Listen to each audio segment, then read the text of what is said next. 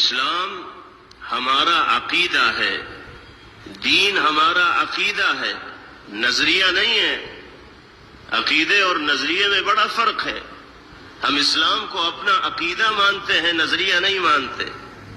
عقیدے اور نظریے میں فرق یہ ہے کہ نظریے میں تغیر و تبدل ہوتا ہے، کبھی انسان کا نظریہ کچھ ہوتا ہے اور کبھی انسان کا نظریہ کچھ اور ہو جاتا ہے، لیکن عقیدہ لوہا لاٹ ہوتا ہے، مستحکم ہوتا ہے، متیقن شے ہوتی ہے عقیدے کی۔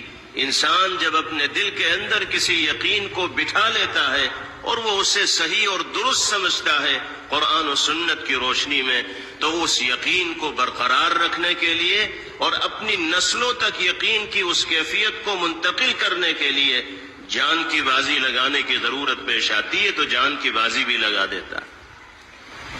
اسلام ہمارا عقیدہ ہے، نظریہ نہیں، اس لیے کہ نظریے میں تغیر و تبدل کے امکان ہیں، کیونکہ نظریہ تجربات کی بنیاد پر قائم ہوتا ہے اور تجربے انسان کے بدلتے رہتے ہیں، تو نظریات میں بھی تغیر و تبدل آئے گا۔ اور عقیدے کی بنیاد اللہ کی جانب سے آنے والی وہ وحی ہے جو کلام الہی کی شکل میں سرکار دو عالم جناب محمد الرسول اللہ صلی اللہ علیہ وسلم کے ذریعے امت کو عطا کی گئی۔ کہاں انسانی تجربہ اور کہاں وحی الہی، دونوں میں کسی طرح کا کوئی موازنہ اور کسی طرح کی کوئی مناسبت ہو ہی نہیں سکتی۔